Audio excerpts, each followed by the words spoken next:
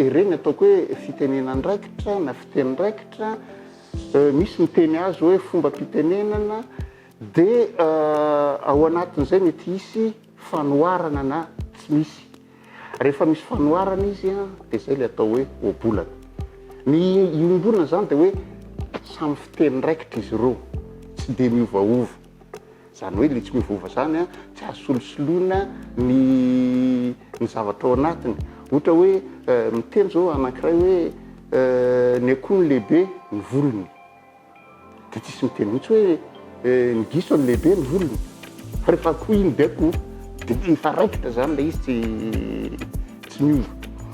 Dia ao anatiny iaho raha misy fanoharana le izy dia atao hoe ohabolana.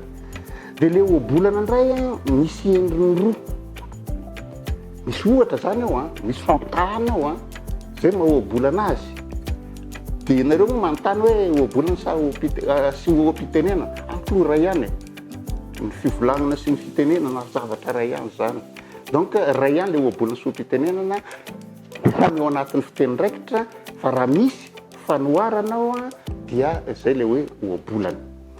Dia amin'le ohabolana zany mety mivantana ilay fanoharana, mety tsy mivantana. Mivantana izy zao amin'le hoe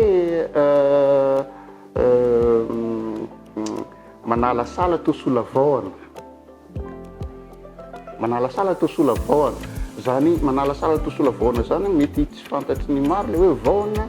Vahona zany misy vaoka, volombava vaoka ny anaran'iny. Soly izy tsisy ny any amin'ny lohany nefa aty amin'ny tsy tokony isy indray betaka. Dia manala sala ihany misy voly ny olona sa tsisy any amin'ny toerana tokony isy voly tsy misy, fa amin'ny toerana tsy dia hoe tokony isy voly misy. Zay le hoe manala sala tao sola vahona. Amin'izay zao misy fanoharana to. Fa raha miteny indray isika hoe tenin'olona koa hoe tsy mahalala biby afa-tsy sahona. Amin'izay le hoe tsy mahalala biby afa-tsy sahona zay zao le fitenin-draikitra zay. Fombam-pitenenana nilazain'ny Rehefa azy. Zany hoe tsisy fanoharana ao tsy ohabolana zany zay amiko. Le hoe tsy mahalala biby afa-tsy sahona. Ianao ve rangaty tsy mahalala biby afa-tsy sahona? Ary io tsy mety io raha hoe ianao ve tsy mahalala biby afa-tsy omby? Tsy mety. Fa zay ihany rehefa hoe sahona le biby tenenin'ilay hatramin'izay dia iny no izy.